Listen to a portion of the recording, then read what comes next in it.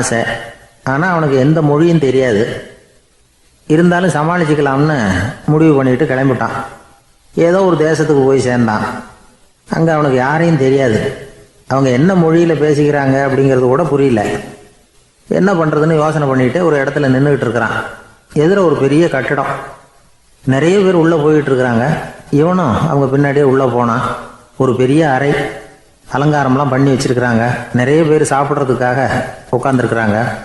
இவனுக்கு நல்ல பசி, அதனால் இவனும் உட்காந்தான்.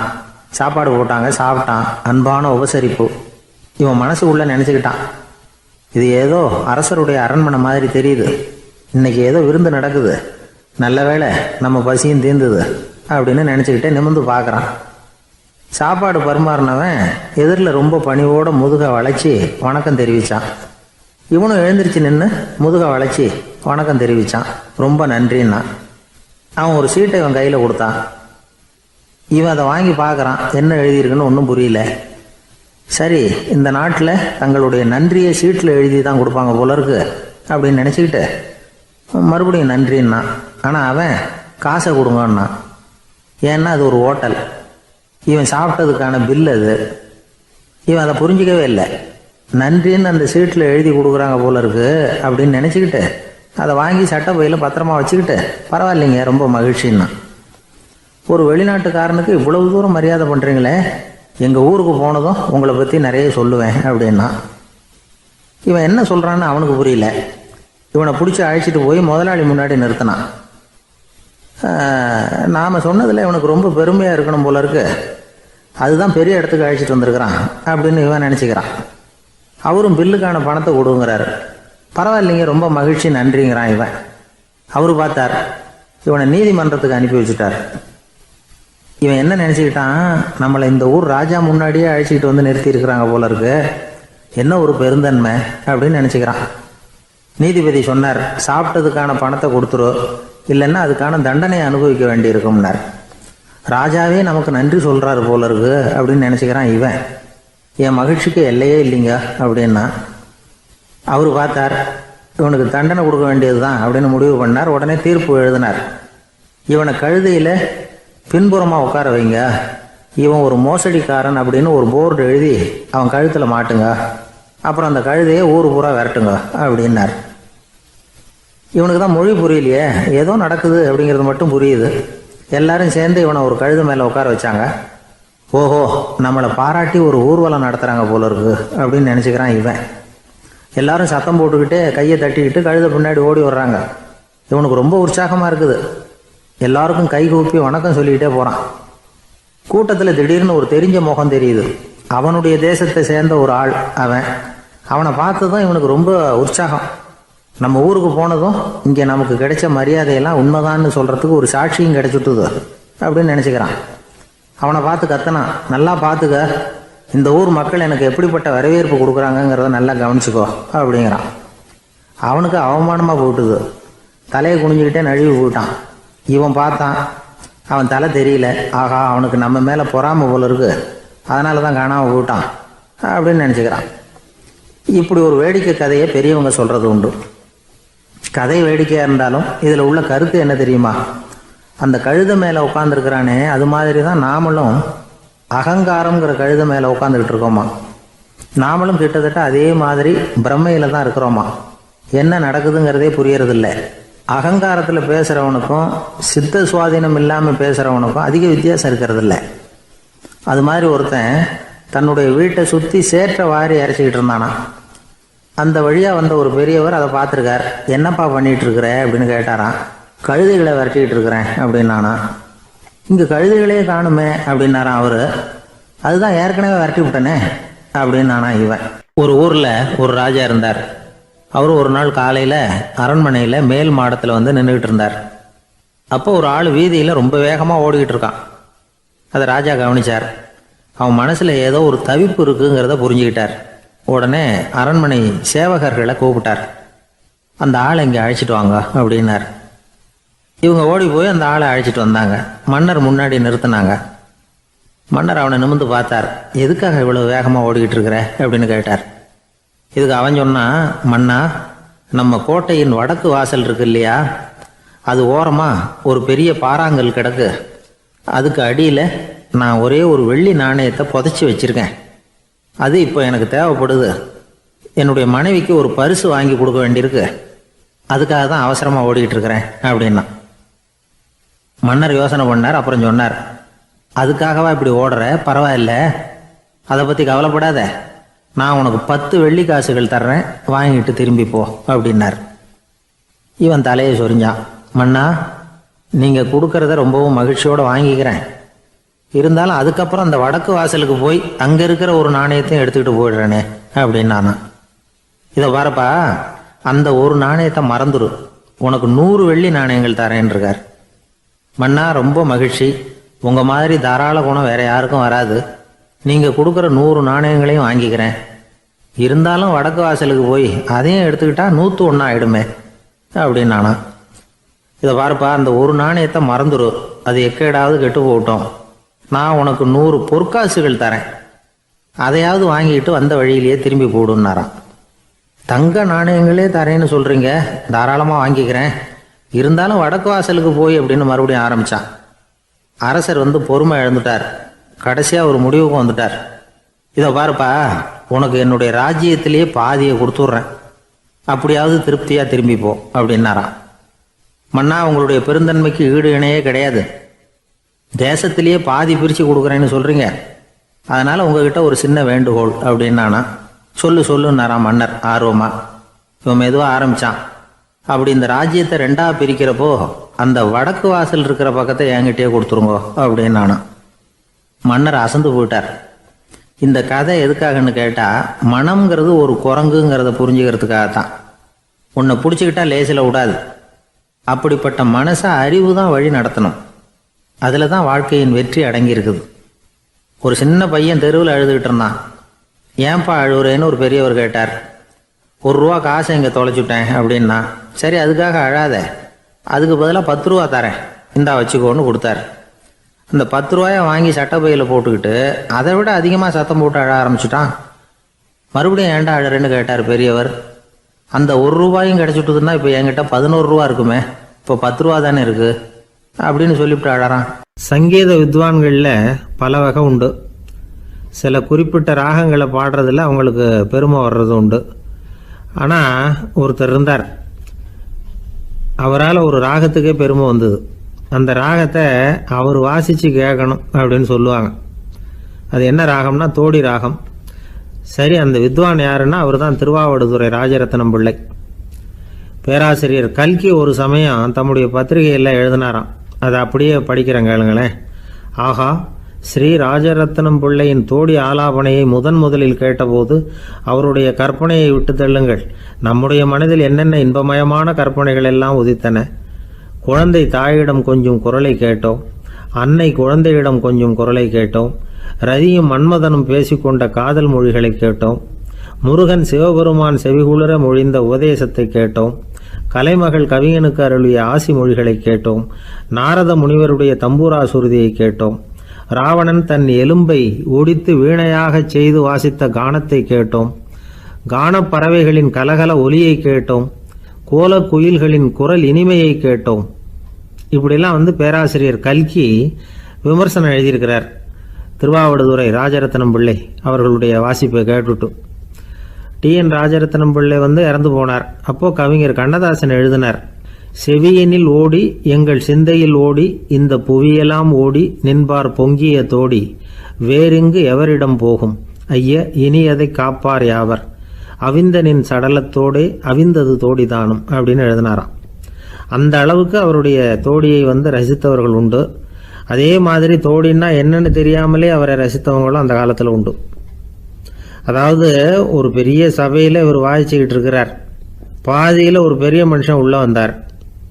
அவர் உடம்புல பட்டு வேஷ்டி, ஜருகை, அங்கவஸ்திரம், வாயில் வெத்தலை, வாசனை புகையில, காதில் வைரக்கடுக்கன், கழுத்தில் தங்க சங்கிலி, கை விரல் பூரா மோதிரம், கையில் ஒரு வெள்ளி வெத்தலை புட்டி, உதவிக்கு 2 பேர் பக்கத்தில். இவ்வளவு பந்தாவோட வரார் கச்சேரி கேட்கறதுக்கு. இப்படி வந்தவர் முதல் வரிசையில் உட்கார்ந்தார். வித்வான் வாசித்து முடித்ததும் இவர் அவரை பார்த்து, ஐயா, நீங்கள் தோடி வாசிக்கிறதுல ரொம்ப கெட்டிக்காரர்னு கேள்விப்பட்டிருக்கேன். அதை கேட்கறதுக்காக தான் மெனக்கிட்டு வந்திருக்கிறேன். அதை வாசிங்களேன் அப்படின்னாராம் இந்த பெரியவர். ராஜரத்னம் பிள்ளைக்கு ஒன்றும் புரியல. ஏன்னா இது வரைக்கும் அவர் வாசிச்சுக்கிட்டு இருந்ததே அந்த தோடி ராகத்தை தான். அதை வாசித்து முடித்ததும் அதை வாசிங்களேன்னு இவர் கேட்குறார். அப்படின்னா இவரோட ஞானம் எப்படிப்பட்டது? இவ்வளவும் கேட்டுட்டு இப்படி கேட்குறாரே அப்படின்னு அவர் யோசிச்சிருக்கிறார் ராஜரத்னம் பிள்ளை. உடனே என்ன பண்ணார் தெரியுமா? பக்கத்தில் ரொம்ப சாதுவாக சுருதி போட்டுக்கிட்டு இருந்த ஒரு முதுகில் ஓங்கி ஒரு குத்து விட்டாராம். அவருக்கு ஒன்றும் புரியல, எதுக்கு நம்மளை அடிக்கிறார் இவர், நம்மளை குத்துறாரு வித்வான்னு. அவர் அதிர்ச்சியால் இவர் நிமிர்ந்து பார்த்துருக்கார். அப்போ ராஜரத்னம் பிள்ளை சொன்னாராம், ஏய்யா ஐயா பெரிய மனுஷன், என்னுடைய பரம ரசிகர், தோடி ராகம் கேட்கணுங்கிறதுக்காக இவ்வளோ தூரம் வந்திருக்கிறார், வந்து வரிசையில் உட்காந்துருக்கார். நீ இந்த சமயம் பார்த்து தோடி ராகம் வாசிக்கிற நாதஸ்வரத்தை வீட்டில் வச்சுட்டு வந்துட்டியே, இப்போ ஐயாவுக்காக அந்த ராகத்தை நான் எப்படி வாசிக்கிறது அப்படின்னு சொல்லிவிட்டு மறுபடியும் முதுகில் ஒரு அடி கொடுத்தாராம். அடி வாங்கினவருக்கே சிரிப்பு அடக்க முடியலையா. எனக்கு இது மட்டும்தான் சார் தெரியும், இதை தவிர வேறு எதுவும் தெரியாது அப்படின்னு சொல்லிக்கிட்டே காலம் தள்ளுறவங்க ரொம்ப பேர். அவங்களெல்லாம் கஷ்டப்பட வேண்டியிருக்கும். ஒருத்தர் தன்னுடைய தொழிலில் ரொம்ப கெட்டிக்காரராக இருக்கலாம், அதுக்காக எப்பவும் அதே ஞாபகத்தில் இருந்துக்கிட்டு உலகியல் அறிவு இல்லாமல் இருந்துடக்கூடாது, அது ஆபத்து. இதுக்காக நம்ம தாத்தா பாட்டிலாம் ஒரு கதை சொல்லுவாங்களே, கேள்விப்பட்டிருக்கீங்களா? ஒரு சமயம் ஒரு 4 பேர் சேர்ந்து வெளியூருக்கு பிரயாணம் போனாங்களாம். அந்த 4 பேர் எப்படி தெரியுமா? ஒருத்தர் வேதாந்தி, இன்னொருத்தர் சங்கீத வித்வான், 3வது ஆள் வைத்தியர், 4வது ஆள் ஜோசியர். இவங்க 4 பேரும் நண்பர்கள். அதனால் சேர்ந்து புறப்பட்டாங்க. வழியில் ஒரு ஊரில் தங்கினாங்க. இருட்டி போச்சு. அதனால் இன்றைக்கி ராத்திரி இங்கேயே தங்கி இருந்துட்டு நாளைக்கு புறப்படலாம் அப்படின்னு தீர்மானம் பண்ணாங்க. சாப்பாட்டுக்கு என்ன பண்ணுறது? அங்கேயே கடத்தெருவுக்கு போய் சாமான்லாம் வாங்கியாந்து சமைச்சி சாப்பிட்லாம்னு முடிவு பண்ணாங்க. 4 பேர் இருக்கிறதுனால ஆளுக்கு ஒரு காரியமாக செய்யலாம் அப்படின்னு வேலையை பிரிச்சுக்கிட்டாங்க. வைத்தியர் கரிகாய் வாங்க போனார், வேதாந்தி எண்ணெய் வாங்க போனார், ஜோசியர் பலசரக்கு வாங்க போனார், சங்கீத வித்வானுக்கு சமைக்கிற வேலை. எல்லாம் சரி. ஆனால் நடந்தது என்ன தெரியுமா? கடைத்தெருவுக்கு காய்கறி வாங்க போனார்ல வைத்தியர், அங்கே போய் மார்க்கெட்டில் பார்த்தார். ஒவ்வொரு கறிகாயாக எடுத்து பார்த்தார். இது பித்தம், உடம்புக்கு ஒத்துக்காது, இது வாயு, உடம்பு ஒத்துக்காது அப்படின்னு ஒவ்வொன்றா தள்ளினார். கடைசியில் ஒன்றுமே தேரல, வெறுங்கையோடு திரும்பி வந்துக்கிட்டு இருக்கிறார். எண்ணெய் வாங்க போனார் வேதாந்தி, அவர் ஒரு தொன்னையில் எண்ணெயை வாங்கினார். பேசாமல் அதை எடுத்துகிட்டு வர வேண்டியது தானே, முடியல. அவருடைய வேதாந்த மூளை சிந்திக்க ஆரம்பிச்சுட்டுது. இந்த தொன்னைக்கு எண்ணெய் ஆதாரமா அல்லது எண்ணெய்க்கு தொன்னை ஆதாரமா அப்படிங்கிற ஆராய்ச்சியில் இறங்கினார். என்னாச்சு தெரியுமா? அப்படி கவுத்து பார்த்தார். வாங்கின எண்ணெய் பூராவையும் வழியில் கொட்டிவிட்டு வெறும் தொண்டையோடு சேர்ந்தார். பலசரக்கு வாங்க போனார் ஜோசியர். அவர் ஒரு வழியில் பார்த்தாரு. வழியில் வந்தவங்களெல்லாம் அங்கங்கே ஒரு மரத்தடியில் உட்கார வச்சு அவங்களுக்கெல்லாம் ஆர்வம் சொல்ல ஆரம்பிச்சிட்டார். அப்படி ஒவ்வொருத்தராக சொல்லி முடிச்சுட்டு கடத்தருக்கு போய் சேர்ந்தார். இவர் அங்கே போய் சேர்றதுக்குள்ளே ரொம்ப நேரம் ஆகிட்டுது. கடையெல்லாம் பூட்டி விட்டு போயிட்டாங்க. என்ன செய்கிறது? அவரும் வெறுங்கையோடு திரும்பி சேர்ந்தார். சரி, இவங்க கதை தான் இப்படி ஆச்சு. அங்கே சமைக்கிறதுக்காக உட்காந்துருந்தார் சங்கீத வித்வான். அவர் கதை என்னாச்சு தெரியுமா? அங்கே அவர் அடுப்பை பற்ற வச்சு ஒலையை கொதிக்க வச்சார். அதாவது ஒரு பானையில் தண்ணியை ஊற்றி அடுப்பில் வச்சார். அது கொதிக்க ஆரம்பிச்சிது. தண்ணி கொதிக்கிற சத்தம் இருக்குதுல்ல, அது இவருக்கு தாளம் போடுறது மாதிரி இருந்தது. ஒரே குஷி, பாட ஆரம்பிச்சிட்டார். பாடிக்கிட்டே உற்சாகமாக கையில் இருந்த கரண்டியால் அந்த பானையில் தட்டினார், தாளம் போடுறதா நினச்சிக்கிட்டு. அவ்வளவுதான், பானை பட்டுன்னு உடஞ்சி போச்சு. தலையில் கையை வச்சுக்கிட்டு அவரும் உட்காந்துட்டார். எந்த தொழில் தெரிஞ்சாலும் சரி, அதை புத்திசாலித்தனமாக பயன்படுத்த தெரியலன்னா ஆபத்து தான். அதுக்காக தான் இந்த கதை. ஒரு பஸ்ஸு டிரைவர் ரொம்ப கெட்டிக்காரரு. பஸ்ஸை ரொம்ப திறமையாக ஆபத்து இல்லாமல் ஓட்டினதுக்காக பரிசுலாம் வாங்கினவர். அவரே ஒரு படகு ஓட்டுறதுக்காக அழைச்சிட்டு போயிருக்கிறாங்க, மோட்டார் படகு. அதையும் ரொம்ப திறமையாக தான் ஓட்டிகிட்டு போயிருக்கிறாரு. நடுக்கடலில் போனதும் படகு நின்று போச்சு. மோட்டாரில் ஏதோ கோளாறு. என்ன செய்யலாம் அப்படின்னு அந்த டிரைவரை கேட்டிருக்கிறாங்க படகுல இருந்தவங்கெல்லாம். அப்போ அவர் சொன்னாராம், கவலைப்படாதீங்க, ஒன்றும் பிரச்சனை இல்லை, எல்லாரும் கொஞ்சம் கீழே இறங்கி பின்னாடி தள்ளுங்க, மோட்டார் ஸ்டார்ட் ஆகிடும் அப்படின்னாராம். இமயமலை அடிவாரத்தில் ஒரு மடம். அங்கே ஒரு சன்னியாசி இருந்தார். அவர்கிட்ட ஒருத்தர் வந்தார். சுவாமி, ஆசையை உதற நினைக்கிறேன், முடியல, ஒட்டிக்கிட்டே வருது அப்படின்னாராம். இப்படி உட்கார, ஒரு கதை சொல்கிறேன் அப்படின்னு சொல்லி அவர் சொல்ல ஆரம்பித்தாராம். அவர் சொன்ன கதை என்னென்னா, ஒரு ஊரில் ஒரு ஆள் இருந்தான். அவன் பேர் குப்புசாமி. அவங்ககிட்ட எப்பவும் ஒரு பழைய தொப்பி இருக்கும், விடவே மாட்டான். அதனால் அவனை எல்லாரும் தொப்பி சாமி அப்படின்னு தான் கூப்பிடுறது வழக்கம். ஒரு புது தொப்பி வாங்கிக்கப்படாதாப்பா அப்படின்னு நண்பர்கள்லாம் சொல்லி பார்த்தாங்க. பணத்துக்கு எங்கே போவேன் அப்படின்னு விட்டானா. பணம் வச்சுருக்கான், செலவு பண்ண மனசு வரல. மகா கஞ்சன். பழைய பாட்டில்கள்லாம் வாங்கி விற்றுக்கிட்டு இருந்தான். அப்படி ஒரு தடவை பழைய கண்ணாடி சாமான்களை ஏலத்தில் எடுத்தப்போ அதில் ஒரு அருமையான சென்ட்டு பாட்டில் கிடச்சிது. உடனே ஒரு ஐடியா பண்ணான். அந்த சென்ட்டை சின்ன சின்ன பாட்டில்களில் அடைச்சி ஜன்னல் ஓரமாக அடுக்கி வச்சுட்டான். அதை விற்றா நிறைய பணம் கிடைக்குமே. அதனால் இதுக்கு இடையில் ஒரு நாள் அவன் அப்படியே உட்காந்துருந்தான். அந்த நேரம் நண்பன் வந்தான். ஏண்டா உன் பழைய தொப்பியை மாற்றப்படாதா, ஊரில் எல்லோரும் கேலி பேசுகிறாங்களே ஒன்று தொப்பி சாமின்னு அப்படின்னு சொல்லி கேட்டிருக்கான். இந்த சென்ட்டு பாட்டில் விற்றதும் பணம் வரும், அதுக்கப்புறம் பார்க்கலாம் அப்படின்னு நானா இவன். சரி வா நீச்சல் குளத்துக்கு போயிட்டு வருவோம் அப்படின்னு கூப்பிட்ருக்கான் நண்பன். 2 பேரும் போனாங்க. அதே நேரம் அந்த ஊர் நீதிபதியும் அங்கே குளிக்க வந்தாராம். அவர்கிட்ட இருந்தது விலை வசந்த ஒரு புது தொப்பி. அதை அங்கே இருந்த ஸ்டாண்டில் மாட்டிவிட்டு குளிக்க போனார். இதுக்கிடையில் குப்புசாமி குளிச்சுட்டு வந்தான். அவனுடைய பழைய தொப்பியை காணலை.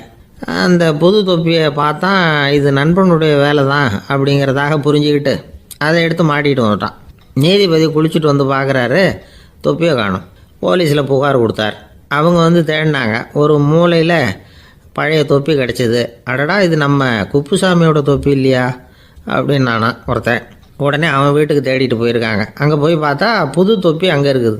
உடனே அவனுக்கு 1000 ரூபா அபராதம் போட்டாங்களாம். அவன் பணத்தை கட்டிவிட்டு ரொம்ப எரிச்சலோடு வீட்டுக்கு வந்தான். பழைய தொப்பி கண்ணில் பட்டது. மறுபடியும் உன்னால் தானே எனக்கு 1000 ரூபா நஷ்டம் அப்படின்னு சொல்லி அதை எடுத்துக்கிட்டு அப்படி போயிருக்கான். அந்த ஊர் குளத்தில் வீசி எரிஞ்சிட்டு வந்துட்டான். அது மீன் பிடிக்கிற ஒருத்தன் கையில் சிக்கிச்சு. அவன் வர்ற வழியில் அதை எடுத்து வேகமாக வீசி எறிஞ்சான். அது நேராக குப்புசாமி வீட்டு ஜன்னல் வழியாக உள்ளே இந்த சென்ட்டு பாட்டில்கள் மேலே உழுந்து எல்லாம் உடஞ்சி நொறுங்கி போச்சு. குப்புசாமி பார்த்தான். தோட்டத்தில் ஆழமாக ஒரு குழியை வெட்டினான். அந்த தொப்பியை போட்டான், மூடிவிட்டான். இதை அடுத்த வீட்டுக்காரன் பார்த்தான். ஏதோ புதையல் தான் வச்சுருக்கான் போல இருக்குன்னு நினச்சான். போலீஸில் போய் புகார் கொடுத்துட்டான். மறுபடியும் போலீஸ் குழியை தோண்டினாங்க. பழைய தொப்பி மறுபடியும் வெளியில் வந்தது. எல்லோரும் சிரிக்கிறாங்க. அன்னைக்கு ராத்திரியே அந்த தொப்பியை எடுத்துக்கிட்டு நேராக புறப்பட்டான். ஒரு கல்லில் அதை சேர்த்து கட்டி குடிநீர் தொட்டி இருக்கும்ல அதில் போட்டுட்டு வந்துட்டான். இனிமேல் என்ன பண்ணும் பார்ப்போன்னு. ஒரு நாள் திடீர்னு குழாயெல்லாம் அடைப்பட்டு போச்சு. மாநகராட்சி அலுவலர்கள் என்னன்னு பார்த்தா அந்த பழைய தொப்பி குழாயை அடைச்சிக்கிட்டு இருக்குது. இது குப்புசாமியோட தொப்பிங்கிறது தான் எல்லாருக்கும் தெரியுமே. உடனே குடிநீரை பாழாக்கணத்துக்காக குப்புசாமிக்கு கோர்ட்டு 2500 ரூபா அபராதம் போட்டுவிட்டுது. அதையும் கட்டிவிட்டு வெளில வந்தான். கடைசியாக முடிவு பண்ணான். ஒரு நெருப்பு குச்சியை கிழிச்சான். தொப்பியை கொளுத்தினான். எரிஞ்சுது. எடுத்து வெளில எரிஞ்சான். கொஞ்ச நேரத்தில் தீ அணைப்பு படம் வந்துட்டுது. ஆமாம், இவன் எடுத்து எரிஞ்சது வெளியில் விழுந்து வீட்டு கூரையே பற்றிக்கிட்டு எரிய ஆரம்பிச்சுட்டுது. அவனோட பணத்தாசையும் அதோடு சேர்ந்து எரிஞ்சு போச்சான். இப்படி ஒரு கதை.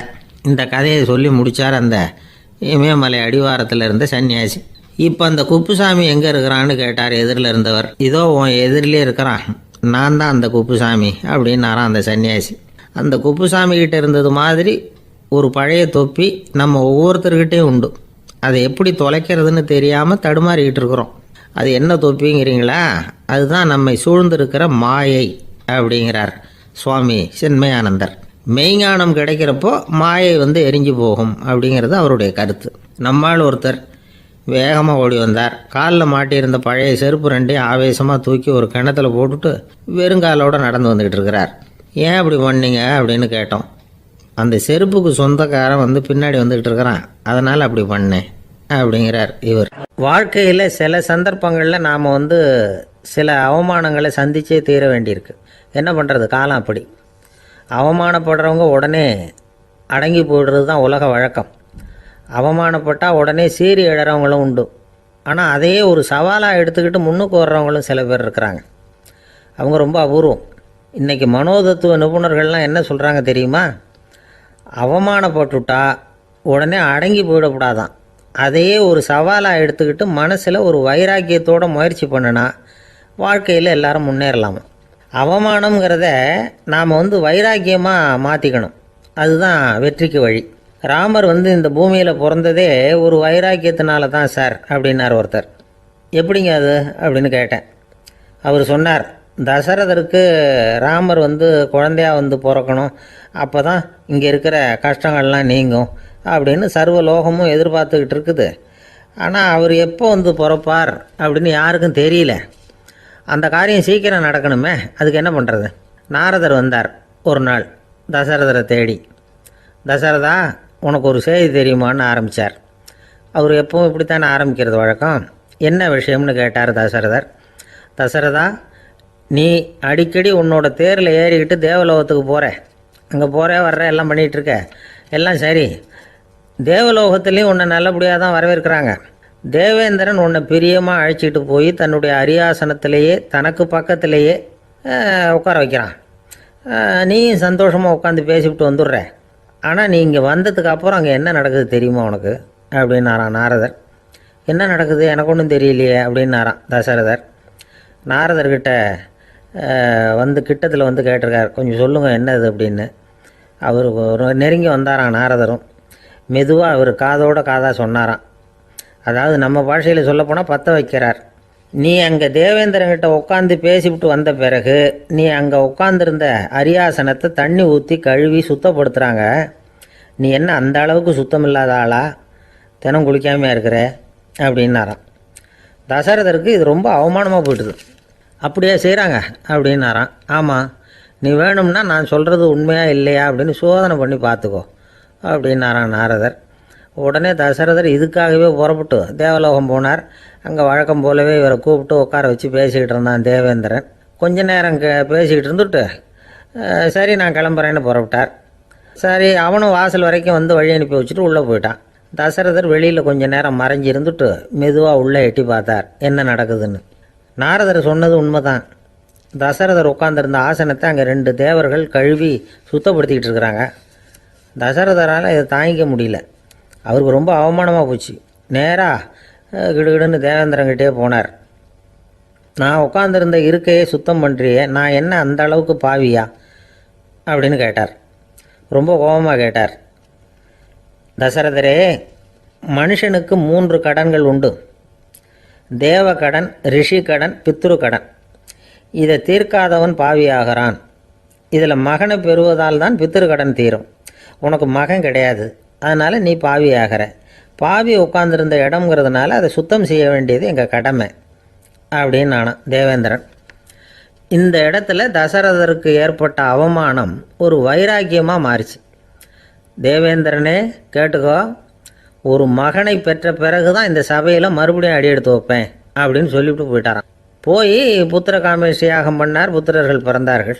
இந்த கதையில் உள்ள கருத்து என்னென்னா, தேவேந்திரன் தசரதரை அப்படி அவமானப்படுத்தலைன்னா அவருக்கு இப்படி ஒரு வைராக்கியம் பிறந்திருக்குமா? யோசித்து பார்க்கணும். நமக்கு ஏற்படுகிற சில அவமானங்களையும் வைராக்கியமாக மாற்றிக்குவோம். அப்படி மாற்றிக்கிட்டோம்னா வாழ்க்கையில் வந்து முன்னேறலாம். நம்ம ஆளுங்க சில பேர் அவமானத்தை வந்து வைராக்கியமாக மாற்றிக்கிறது எப்படி தெரியுமா? நம்மக்கிட்ட ஒரு பையன் சொன்னான், எங்கள் அப்பா என்னை எல்லாருக்கும் முன்னாடி வச்சு திட்டிவிட்டார், பொறுப்பு இல்லாமல் ஊர் சுற்றுறேன்னு சொல்லி அவமானப்படுத்தி விட்டார். இனிமேல் நீ என் முகத்திலேயே முழிக்காதரா போடான்னு வேற சொல்லிவிட்டார். எனக்கு ரோஷம் வந்துட்டுது. அந்த அவமானத்தை வைராக்கியமாக மாற்றிக்கிட்டேன். அன்னையிலேருந்து அவர் முகத்திலேயே முழிக்கிறதில்ல அப்படின்னா. அப்படியான்னு கேட்டோம். ஆமாங்க, அவர் வீட்டில் இல்லாத நேரமாக பார்த்து உள்ள சமையல் கட்டுக்கு போய் சாப்பிட்டுட்டு நைஸாக வெளியில் வந்துடுவேன் அப்படிங்கிறான் அவன். ஒரு கடைக்கு போனேன், 5 ரூபா பணத்தை எடுத்து கொடுத்தேன். ஒரு தினசரி பத்திரிக்கையை கேட்டேன். அவர் உடனே அங்கே அடுக்கி வச்சுருந்த பத்திரிகையில் ஒன்று எடுத்து என் கையில் கொடுத்தார். வாங்கிக்கிட்டேன். மீதி பணத்தை எடுத்தார். அதையும் என் கையில் கொடுக்கணும்ல, கொடுக்கல. எதிரில் இருந்த பலகையில் வச்சு எடுத்துக்க சொன்னார். எப்பவும் அவர் அப்படி தான் பண்ணுவார். நானும் எடுத்துக்கிட்டு வந்துடுவேன். இவர் ஏன் இப்படி பண்ணுறாருங்கிறது எனக்கு ரொம்ப நாளாக ஒரு சந்தேகம். ஒரு நாள் அவர்கிட்டயே இதை கேட்டுவிட்டேன். ஏங்க, நீங்கள் உங்கள் கடைக்கு வந்து பொருள்கள் வாங்குறவங்களுக்கு நீங்கள் பாக்கி சில்லறையை கொடுக்குறப்போ பலகையில் வச்சு விட்றீங்க, கையில் கொடுக்க மாட்டேங்கிறீங்களே, ஏன் அப்படின்னு கேட்டேன்.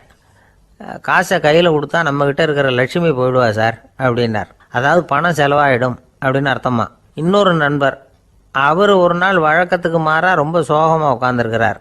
ஏங்க என்னாச்சு, ஏன் இப்படி கப்பலே கவிழ்ந்தது மாதிரி உட்காந்துருக்குறீங்க அப்படின்னு கேட்டேன். கப்பலே கவிழ்ந்திருந்தா கூட நான் இப்படி கவலைப்பட மாட்டேன் சார், வேற ஒன்று நடந்து போச்சுன்னார். என்னன்னு கேட்டேன். என் உச்சந்தலையில் பல்லி ஒன்று விழுந்துட்டுதுன்னார். அதுக்காகவா இப்படி அப்படின்னு ஆச்சரியப்பட்டேன். ஆமாங்க, பல்லி உச்சந்தலையில் விழுந்தால் பலன் என்னன்னு பஞ்சாங்கத்தில் பார்த்தேன், மரணம்னு போட்டிருக்கு அப்படின்னு சொல்லிவிட்டு அவர் தொடர்ந்து கவலைப்பட ஆரம்பிச்சிட்டார். இப்படியும் ஒருத்தர். என் கூட வேலை பார்க்குற ஒருத்தர் எப்படி தெரியுமா, தினமும் வலது காலை வச்சு தான் ஆஃபீஸுக்கு உள்ளே நுழைவார். என்னைக்காவது தவறுதலாக இடது காலை வச்சு உள்ளே வந்துட்டார்னா அன்னைக்கு பூரா மனசு சங்கடப்படுவார். எந்த வேலையும் சரியாக ஓடாது. கேரம் போர்டு ஆடுற ஒருத்தர் எப்போ ஆட உட்காந்தாலும் ஸ்ட்ரைக்கரை கை தவறி கீழே விழுற மாதிரி பண்ணி அதுக்கப்புறம் அதை எடுத்துக்கிட்டு ஆட உட்காருவார். ஏன்னா எப்போவோ ஒரு தடவை நிஜமாகவே அது கை தவறி கீழே விழுந்திருக்குது. அன்னைக்கு பிரமாதமாக ஜெயிச்சுட்டார். உடனே ஒரு முடிவுக்கு வந்துட்டார், கை தவறுனா லாபம் அப்படின்னு.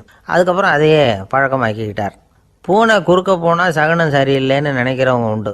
ஆனால் ஒருத்தர் எப்படி தெரியுமா, அவர் வெளியில் கிளம்புற சமயம் பக்கத்து வீட்டு ரேடியோவில் மியாவ் மியாவ் பூனைக்குட்டின்னு பாட்டு சத்தம் கேட்டால் கூட போதும், சகுனம் சரியில்லைன்னு பிரயாணத்தை கேன்சல் பண்ணிவிடுவார்.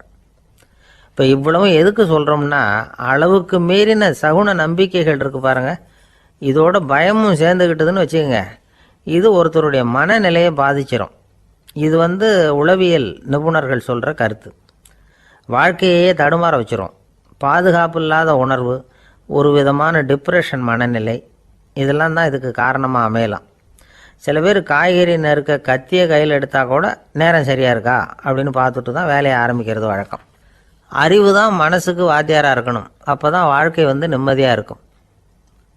அறிவு மனசு சொல்கிறபடியெல்லாம் கேட்க ஆரம்பிச்சுட்டுதுன்னா இடைஞ்சல் தான். ஒருத்தருக்கு 7ஆம் நம்பர் தான் ராசியான நம்பரான். 7ஆம் தேதி தான் எந்த காரியத்தையும் ஆரம்பிப்பாராம். 7 எழுத்து வர்றது மாதிரி பேரை மாற்றி வச்சுக்கிட்டார். 7 மணிக்கு தான் தினமும் எழுந்திருப்பார். 7ஆம் நம்பர் வீட்டில் தான் குடியிருக்கார். கல்யாணம் கூட 7ஆம் தேதி தான் பண்ணிக்கிட்டார். அவர் ஒரு நாள் குதிரை பந்தயத்துக்கு போனாராம். குதிரையோட பேரையெல்லாம் பார்த்தார். ஒரு குதிரையோட பேர் 7 எழுத்தில் அமைஞ்சிருந்தது. 7 தானே இவருக்கு அதிர்ஷ்ட நம்பர். அதனால் உடனே அது பேரில் பணத்தை கட்டினார். பந்தயம் நடந்தது. என்ன சார் ஆச்சுன்னு கேட்டாங்க. நான் பணம் கட்டின அந்த என்னோட குதிரை 7ஆவதாக சேர்ந்தது சார் அப்படின்னாராம் சோகமாக. ஒரு ஊரில் ஒரு ராஜா இருந்தார். அவர் ஒரு பூனை வளர்த்தார்.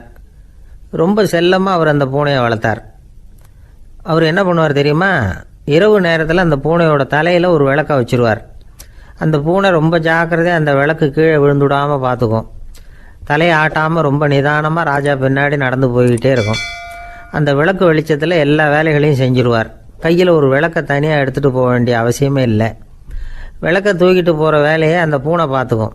அதனால் ராஜாவுக்கு அந்த பூனை மேலே ரொம்ப பிரியம். மந்திரிகளையெல்லாம் கூப்பிட்டு அவங்கக்கிட்ட சொல்லுவார், பார்த்தீங்களா இந்த பூனை எவ்வளவு விசுவாசமாக நடக்குது, என் பேரில் எவ்வளவு மரியாதை பார்த்தீங்களா அதுக்கு அப்படிம்பார். இதை கேட்டுவிட்டு அங்கேருந்த அமைச்சர்களில் ஒருத்தர் சொன்னார், மன்னா நீங்கள் சொல்கிறது சரிதான், இருந்தாலும் இந்த பூனையோட விசுவாசத்தை நாம் கொஞ்சம் சோதித்து பார்க்க வேண்டியிருக்கு அப்படின்னாராம். சரி, உங்கள் ஆசையை ஏன் கெடுக்கணும், நல்லா சோதித்து பாருங்கள் அப்படின்னு சொல்லிவிட்டார் ராஜா. உடனே அந்த அமைச்சர் என்ன பண்ணார் தெரியுமா, எங்கேயோ புறப்பட்டு போனார். ஒரு 5-6 எலிகளை பிடிச்சிட்டு வந்தார். அரண்மனையில் ராஜா ஏதோ வேலை பார்த்துக்கிட்டு இருக்கிறாரு. பக்கத்தில் அந்த பூனை ரொம்ப பணிவாக நின்றுக்கிட்டு இருக்குது.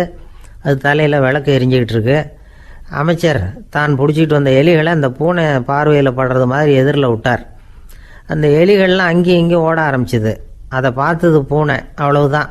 தலையில் இருக்கிற விளக்கை பற்றியும் கவலைப்படலை, ராஜாவை பற்றியும் கவலைப்படலை. ஒரே பாய்ச்சலாக பாஞ்சு எலிகளை துரத்த ஆரம்பிச்சுட்டுது. தலையில் இருந்த விளக்கு எங்கேயோ போய் விழுந்தது, அணைஞ்சு போச்சு. இருட்டில் ராஜா தடுமாற ஆரம்பிச்சுட்டார். இந்த சமயத்தில் அந்த அமைச்சர் மறுபடியும் விளக்கை ஏற்றினார். வெளிச்சம் வந்தது. அதுக்கப்புறம் அந்த அமைச்சர் பேசினார், அரசே, பூனையோட விசுவாசத்தை பார்த்தீங்களா, எலி அது கண்ணில் படுற வரைக்கும் தான் விசுவாசமாக இருந்தது. அது மாதிரி எலியை பார்த்ததும் எல்லாத்தையும் விட்டுட்டு அதை துரத்த ஆரம்பிச்சுட்டு பார்த்தீங்களா. தான் அந்த பூனையை பற்றி நினச்சது தப்புங்கிறது அதுக்கப்புறம் தான் அந்த ராஜாவுக்கு புரிஞ்சுதான். சரி, இப்போ எதுக்கு இந்த கதையெல்லாம் அப்படிங்கிறீங்களா, இந்த பூனை மாதிரி தான் நம்ம மனசும். மனசை எவ்வளவு தான் பயிற்சி கொடுத்து பக்குவமாக வச்சுருந்தாலும் பார்க்குறதுக்கு பரமசாது மாதிரி தான் இருக்கும். பார்க்க வேண்டியதை பார்த்துட்டுதுன்னா பாஞ்சிரும். இந்த பூனை மாதிரி புலன் இன்ப பொருள்கள் கிட்டாத வரைக்கும் மனம் அடங்கி இருக்கிறது மாதிரி தான் தெரியும். கொஞ்சம் வாய்ப்பு கிடைச்சாலும் அது குதிக்க ஆரம்பிச்சிடும், தப்பு பண்ண ஆரம்பிச்சிடும். பெரிய பெரிய முனிவர்கள் வாழ்க்கையில் நடந்த வீழ்ச்சி இதை தான் நிரூபிக்குது. புலன்களின் ஆற்றல் அதிகம். அதனால் மனக்கட்டுப்பாடு பயிற்சிகளில் ரொம்ப எச்சரிக்கையாக இருக்கணுங்கிறார் சுவாமி சிவானந்தர். மது பழக்கத்தையே விட்டுவிட்டேன்னு உறுதியாக இருப்பான். கடை கண்ணில் பட்டுவிட்டதுன்னா கால் அவனை கேட்காமலே இழுத்துக்கிட்டு உள்ளே போயிடும். இதுதான் மனசுங்கிறது. அதுதான் அந்த ராஜா வளர்த்த பூனை. நம்மால் ஒருத்தன் அந்த ராஜா பூனை தலையில் விளக்க வச்சது மாதிரி இவன் தன்னுடைய தலையிலேயே ஒரு விளக்கை ஏற்றி வச்சுக்கிட்டு என்னத்தையோ தேட ஆரம்பித்தான். தேடிக்கிட்டு இருக்கிறான். தலையை ஆட்டாமல் நிதானமாக நடந்து ரொம்ப நேரமாக தேடிட்டு இருக்கிறான். அந்த சமயம் அங்கே வந்த ஒருத்தர் என்னத்தை தேடுறீங்கன்னு கேட்டார். அதுதான் மறந்து போச்சு அப்படின்னு இழுத்தான். சரி, கொஞ்சம் இப்படி உட்காருங்க, ஞாபகம் வந்ததும் தேட ஆரம்பிக்கலாம் அப்படின்னார் அவர். இவன் கொஞ்ச நேரம் உட்காந்து யோசித்தான். அப்புறம் திடீர்னு எழுந்திரிச்சான். ஞாபகம் வந்துட்டுதுன்னா. என்னன்னு கேட்டார். எங்கள் வீட்டில் இருந்த விளக்கை எங்கே வச்சேன்னு தெரியல, அதை தான் தேடிக்கிட்டு இருக்கிறேன், ஏற்றி வைக்கலாம்னு பார்க்குறேன் அப்படின்னா. இந்த உலகத்தில் நாம் நல்லபடியாக இருக்கணும்னா அதுக்கு முக்கியமாக தேவைப்படுறது ரெண்டு. ஒன்று செல்வம், இன்னொன்று அறிவு. சரி, இது ரெண்டில் சிறந்தது எது அப்படின்னு ஒரு கேள்வி கேட்டால் என்ன பதில் சொல்கிறது? இதே கேள்வியை ஹஸ்ரத் அலி அவர்கள்கிட்ட கேட்டாங்களாம். அவர் ஒரு பெரிய அறிஞர். கேள்வி கேட்டவங்களும் சாதாரண ஆட்கள் இல்லை, இவங்களும் அறிஞர்கள். ஒரு நாள் ஹஸ்ரத் அலி அவர்கள்கிட்ட 10 அறிஞர்கள் வந்தாங்களாம். ஐயா, நாங்கள் 10 பேரும் உங்ககிட்ட ஒரே கேள்வியை தான் கேட்க வந்திருக்கிறோம், ஆனால் எங்கள் 10 பேருக்கும் நீங்கள் தனித்தனியாக பதில் சொல்ல முடியுமா அப்படின்னு கேட்டிருக்காங்க. அதாவது அவங்க ஒரே கேள்விக்கு இவர்கிட்ட இருந்து 10 விதமான பதில் எதிர்பார்க்குறாங்க. சரி, கேளுங்க, என்ன கேள்வி அப்படின்னார் அவர். அப்போ தான் அவங்க கேட்டாங்களாம், செல்வம் அறிவு இது ரெண்டில் சிறந்தது எது? இதுதான் கேள்வி. ஹஸ்ரத் அலி என்ன பண்ணார் தெரியுமா? அவங்கள ஒவ்வொருத்தராக கூப்பிட்டார். ஒவ்வொரு விதமான பதிலை சொல்லி அனுப்புனார். முதல்ல ஒருத்தரை கூப்பிட்டார். சொன்னார், அறிவுங்கிறது தீர்க்கதரிசிகள், ஞானிகள், மகான்கள் இவங்களோட பரம்பரை சொத்து. ஆனால் செல்வங்கிறது கொடுங்கோலரின் ஆயுதம். அதனால் அறிவு தான் சிறந்தது அப்படின்னார்.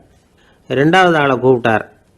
உங்ககிட்ட செல்வம் இருந்தால் நீங்கள் தான் அதை காப்பாற்றணும், ஆனால் அறிவு உங்களை எப்பவும் காப்பாற்றும். ஆகவே அறிவு தான் சிறந்தது அப்படின்னார். மூணாவது ஆளை கூப்பிட்டார். செல்வந்தனுக்கு எப்போதும் விரோதிகள் அதிகம், ஆனால் அறிஞனுக்கு நண்பர்கள் அதிகம். அதனால் அறிவு தான் சிறந்ததுன்னார். அடுத்தவரை கூப்பிட்டார். செல்வம் அடுத்தவங்களுக்கு கொடுக்க கொடுக்க குறையும், ஆனால் கல்விங்கிறது அதிகரிச்சுக்கிட்டே வரும், கொடுக்கறதுனால குறையாது. அதனால் அறிவு தான் சிறந்ததுன்னார். இன்னொருத்தரை கூப்பிட்டார். அறிவுள்ளவன் எப்பவும் அதை அடுத்தவங்களுக்கு வாரி வழங்கிக்கிட்டே இருப்பான், அதனால் அவங்ககிட்ட தாராளத்தன்மை இருக்கும். ஆனால் செல்வந்தன்கிட்ட கஞ்சத்தனம் தான் இருக்கும், அதனால் அறிவு தான் சிறந்ததுன்னார்.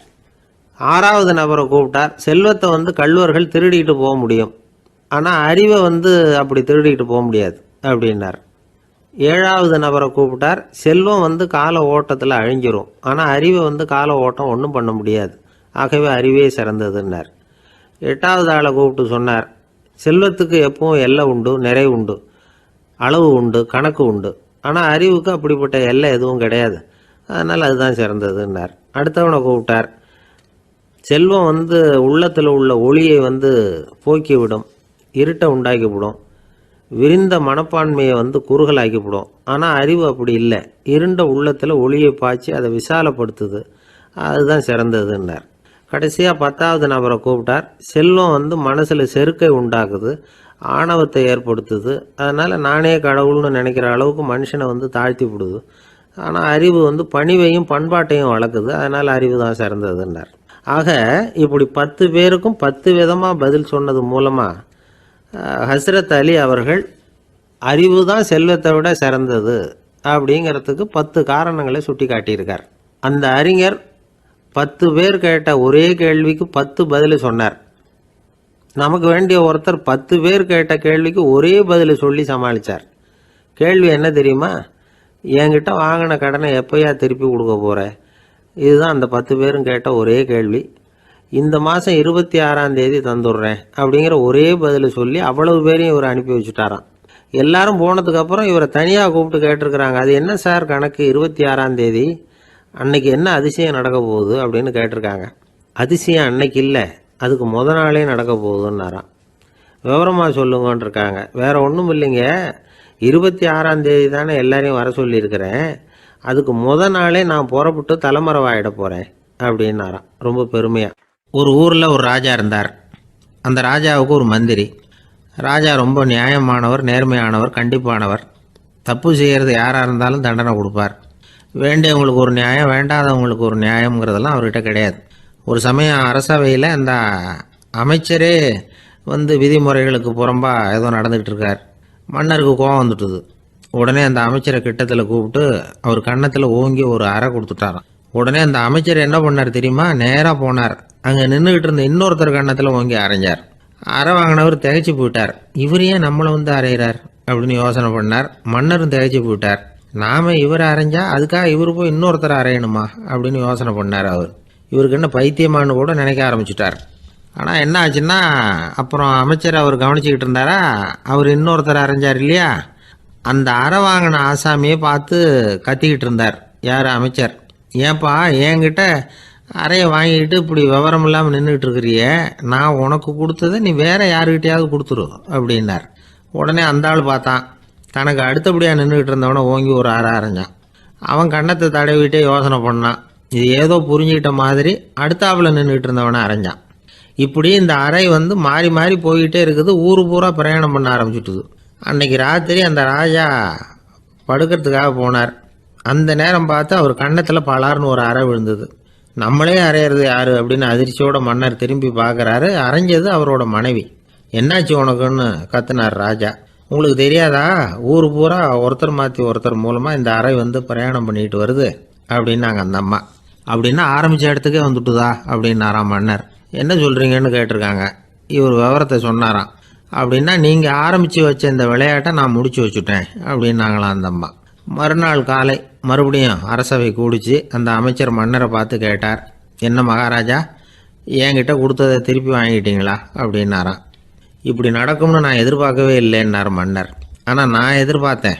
அது எங்கே போயிட போகுது, ஊர் பூரா சுற்றி கடைசியில் உங்ககிட்ட தான் வந்து சேரும் அப்படிங்கிறது எனக்கு தெரியும் அப்படின்னார் அமைச்சர். இந்த கதை வந்து வேடிக்கையாக இருந்தால் கூட இதில் உள்ள கருத்து முக்கியமானது.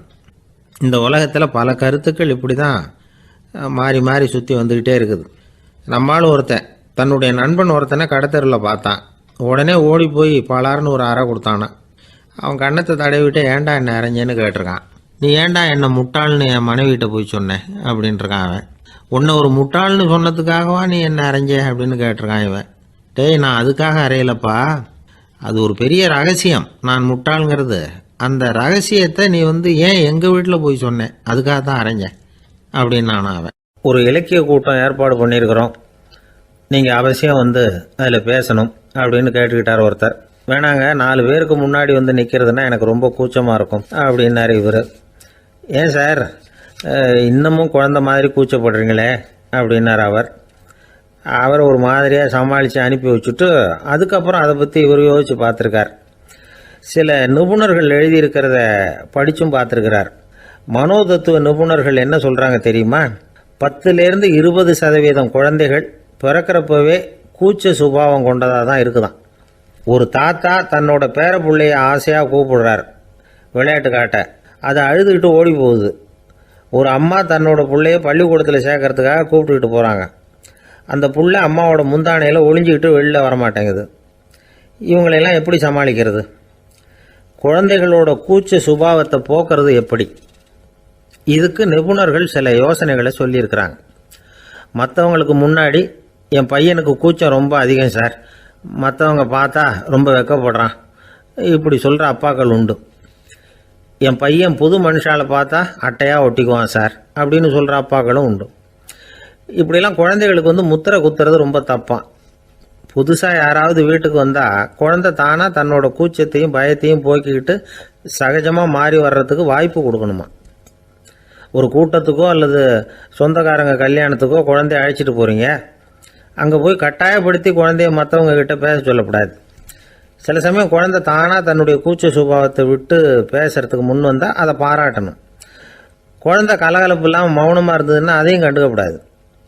குழந்தை பேச ஆரம்பித்தா அதை ஆர்வத்தோடு கவனிக்க தெரியணும். கலந்து உரையாடுற பழக்கத்தை வீட்லேயே ஆரம்பிக்கலாம். கேட்டதுக்கு பதில் சொல் அப்படின்னு நீங்கள் அதிகாரம் பண்ணிகிட்டு இருக்கக்கூடாது. அது வந்து குழந்தைக்கு பேசுகிற சந்தர்ப்பத்தை குறைச்சிருமா. இப்போ நாம் அதிகாரம் பண்ணால் கேலி செய்கிற பழக்கம் குழந்தைகளை வந்து ரொம்ப பாதிச்சிருமா. பெரியவங்களானதுக்கு அப்புறமும் சில பேர் கூச்சத்தோடவும் பயத்தோடவும் இருக்கிறதுக்கு இதுதான் காரணம். சின்ன வயசில் அவங்கெல்லாம் ஏதாவது கேலிக்கு ஆளாகி இருப்பாங்க. 2வது குழந்தை மூத்த குழந்தைய வந்து கேலிக்கு ஆளாகிற சந்தர்ப்பங்களை கண்டு கேலி பண்ணினா அது இளம் நெஞ்சங்களை விட்டு நீங்கிறதே இல்லையா.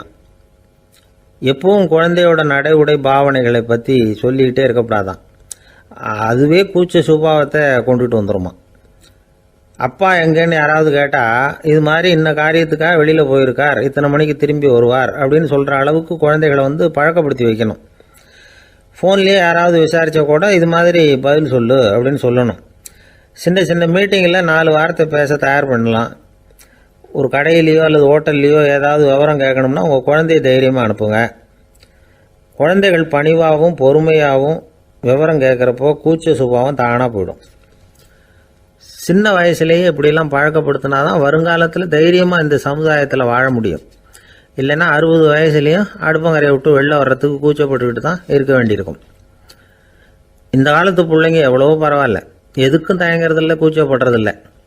ஒரு அம்மா அடுப்பங்கரையிலேருந்து சத்தம் போட்டாங்க, டேய் ராமு, தயவு பண்ணி அந்த டிவியை நிறுத்துறா, அந்த பெண்ணோட குரல் மகா மோசம், அடுப்பங்கரையில் இருக்கிற என்னாலேயே அதை சகிச்சிக்க முடியல அப்படின்னாங்களாம். உடனே பையன் கொஞ்சம் கூட தயங்காமல் பதில் சொல்கிறான், அம்மா இந்த குரல் டிவியிலேருந்து வரல, எழுத்த விட்டு மாமி தான் இங்கே வந்திருக்கிறாங்க, அவங்க தான் இப்போ என்னோட பேசிக்கிட்டு இருக்கிறாங்க அப்படின்னு. நான் வங்க நாவலாசிரியர் சரத் சந்திரர் ஒரு நண்பர் அவர்கிட்ட வந்தார். வழக்கமாக எல்லா எழுத்தாளர்கள்கிட்டையும் கேட்குற ஒரு கேள்வியை கேட்டார். நீங்கள் எழுத்துத்துறைக்கு வந்தது எப்படி? இதுதான் கேள்வி. அதை தெரிஞ்சு என்ன பிரயோஜனம்னார் சரத் சந்திரர். சும்மா சொல்லுங்களேன், தெரிஞ்சுக்கிறேன் அப்படின்னார் வந்தவர். சரி சொல்கிறேன்னு ஆரம்பித்தார். நான் ரங்கூனில் வேலை பார்த்துக்கிட்டு இருந்தேன். சம்பளம் பத்தல, வேலையும் பார்த்துக்கிட்டு ஒரு பலசரக்கு கடை வைக்கலாம்னு நினச்சேன். என்னால் மளிகை கடை வச்சு சரியாக நடத்த முடியுமாங்கிற சந்தேகம் என் மனைவிக்கு. அதை சோதனை பண்ணி பார்க்கணுங்கிறதுக்காக சில பொருள்களின் அளவு, அதோட விலை, இப்படி சிலதை சொல்லி எல்லாத்தையும் மனக்கணக்காக கூட்டி போட சொன்னாங்க. என்னால் சரியாக கூட்டி சொல்ல முடியல. உங்களால் மளிகை கடை நடத்த முடியாதுன்னு சொல்லிவிட்டாங்க. உடனே என்ன பண்ணுறது, வேறு வழி இல்லை, கதை எழுத ஆரம்பிச்சிட்டேன் அப்படின்னார். கேட்டவருக்கு சிரிப்பு வந்துட்டு தான். சரத் சந்திரர் ஒரு பக்கம் சீரியஸான நாவல்கள், சிறுகதைகள் எழுதியிருந்தாலும் அவருடைய இன்னொரு பக்கம் வேற விதம். நண்பர்கள்கிட்ட பேசும்பொழுதும் சரி, அவர்களுக்கு கடிதங்கள் எழுதும்போதும் சரி, கேலியும் கிண்டலும் நகைச்சுவை உணர்வும் அதிகமாக இருக்கும். காந்திஜி ஒரு சமயம் கல்கத்தாவுக்கு வந்திருந்தார். தேசபக்தர்கள் பல பேர் அவர்கிட்ட பேசிக்கிட்டு இருந்தாங்க. அப்போது சரத் சந்திரரும் அங்கே இருந்தார். கிரண் சங்கர் ராய் அப்படிங்கிறவரும் அங்கே இருந்தார். அவர் சொன்னாராம், காந்திஜியோட பழகிய முதல் வங்காளி நான் தான். போயர் யுத்த காலத்தில் இவர் லண்டனுக்கு வந்திருந்தப்போ என்கிட்ட தான் வங்காள மொழி கற்றுக்கிட்டார் அப்படின்னாராம். உடனே சரத் சந்திரர் காந்திஜியை பார்த்து, இவர் உங்களுக்கு வங்காள மொழி கற்றுக் கொடுத்தது உண்மைதானா அப்படின்னாராம். ஆமான்னாராம் காந்தி. அதனால தான் உங்களால் வங்காள மொழி கற்றுக்க முடியல அப்படின்னாராம். எல்லாரும் சிரித்தாங்களாம்.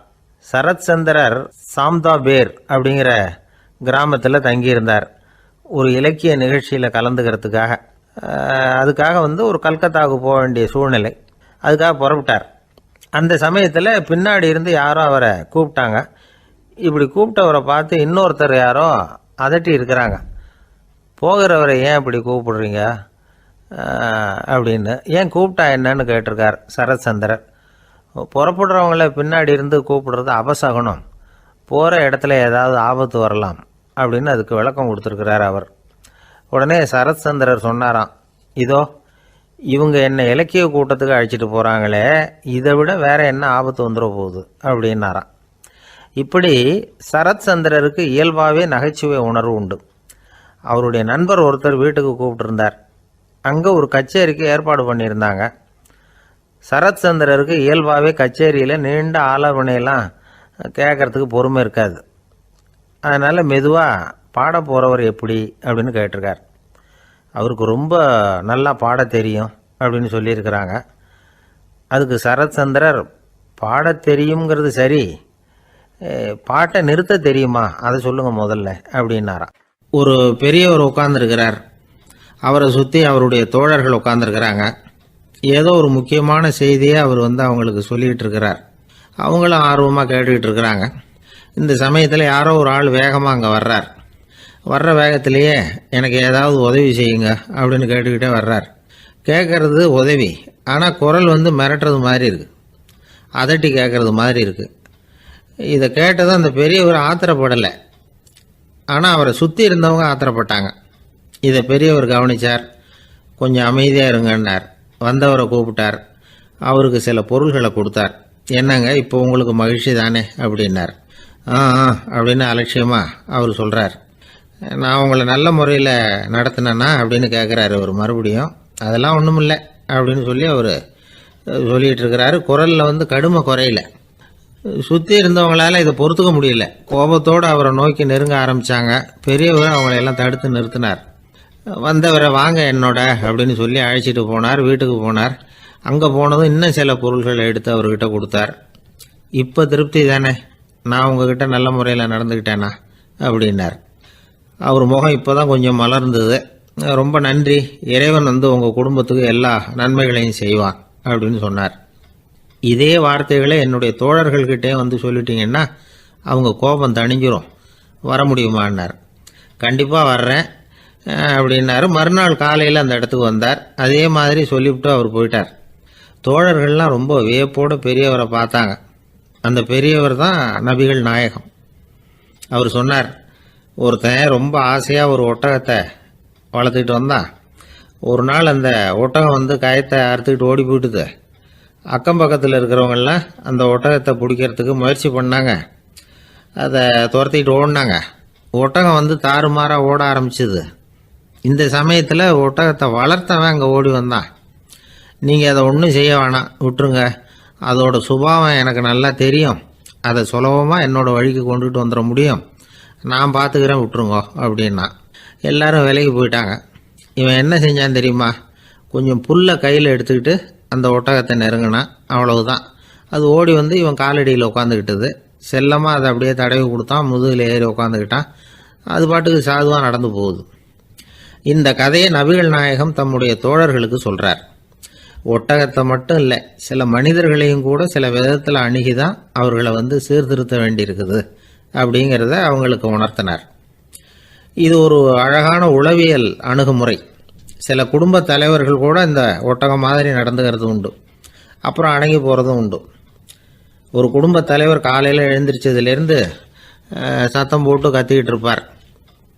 பக்கத்தில் இருந்தவங்கெல்லாம் ஓடி போய் சமாதானம் பண்ணி பார்த்தாங்க. அவர் ஓயறது மாதிரி தெரியல. கடைசியில் அவர் மனைவி வந்தாங்க. நீங்கள் எல்லாம் விலகி போயிடுங்க, அவர் சுபாவம் எனக்கு தெரியும், நான் பார்த்துக்கிறேன் அப்படின்னாங்க. சரின்னு எல்லாரும் போயிட்டாங்க. சாயந்தரமாக பார்க்குறாங்க, அவர் சத்தம் இல்லாமல் ஒரு மூலையில் உட்காந்துருக்கிறார். ரொம்ப சாதுவா. ஆச்சரியமாக இருந்தது. என்னம்மா பண்ணீங்கன்னு கேட்டாங்க. அது ஒன்றும் இல்லைங்க, ஒரு வேளை சாப்பாட்டை நிறுத்தினேன், பட்னி போட்டேன், அவ்வளவுதான் அப்படின்னாங்க அந்த அம்மா. அமெரிக்க ஜனாதிபதி ஆப்ரஹாம் லிங்கன் ஒரு நாள் தன்னோட கோச்சு வண்டியில் தலைநகரான வாஷிங்டனுக்கு போயிட்டு இருக்கிறார். கோச்சு வண்டி ஒரு சாலையில் போயிட்டு இருக்கு. அந்த சாலைக்கு ஒரு பக்கத்தில் பயங்கரமான சதுப்பு நிலம். சதுப்பு நிலம்னா அது புதைகுழி, புதை மணல்ங்கிறோம்ல, அது மாதிரி. அந்த சதுப்பு நிலத்தில் யாராவது மாட்டிக்கிட்டா அவ்வளோதான், ஆளை கொஞ்சம் கொஞ்சமாக உள்ளே அமுக்கிவிடும். தப்பிச்சு கரையிறது கஷ்டம்.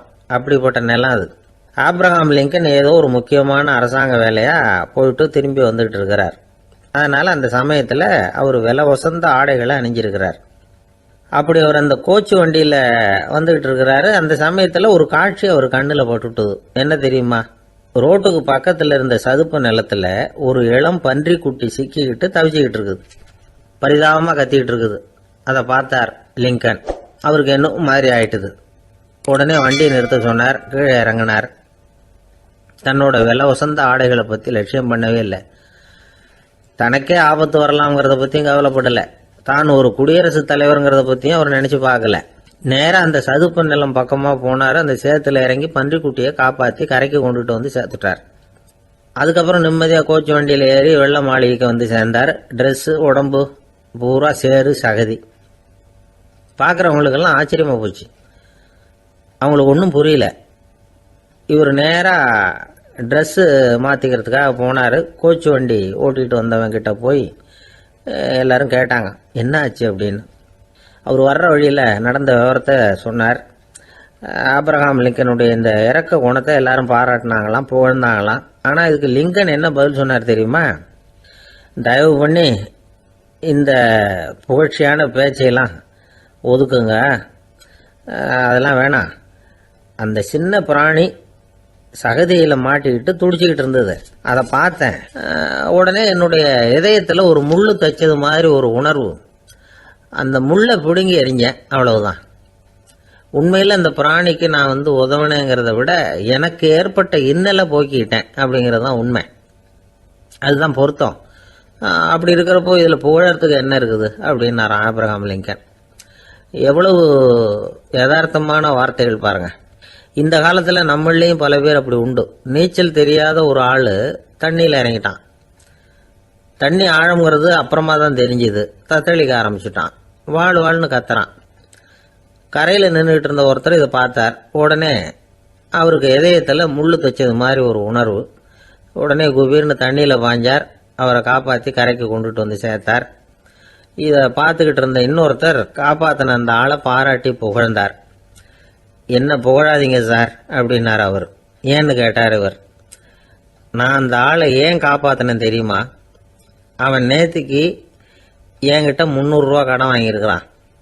இவன் தண்ணியில் போட்டான்னா நான் கொடுத்த கடனும் தண்ணியில் போடும். அதனால தான் விழுந்து காப்பாற்றினேன் அப்படின்னா அந்த ஆள். ஒருத்தர் இருக்கார், நல்ல உத்தியோகத்தில் தான் இருக்கிறார். ஆனால் எப்போ பார்த்தாலும் முகத்தை வெறுப்பாக வச்சிருப்பார். அப்படியே வருவார் போவார். ஏன் சார் இப்படி இருக்கிறீங்க அப்படின்னு விசாரித்தோம். ஏன்டா இந்த வேலைக்கு வந்தோம்னு இருக்கு சார் அப்படின்னார். உங்கள் வேலை உங்களுக்கு பிடிக்கலையா அப்படின்னு கேட்டோம். இல்லைன்னார். இப்படிப்பட்டவங்க வெற்றிகரமான வாழ்க்கை வாழ முடியாது. இது நிபுணர்கள் கருத்து. வேலையை நேசிக்க தெரிந்தவர்கள் வெற்றி பெறுவார்கள் அப்படிங்கிறாங்க அவங்க.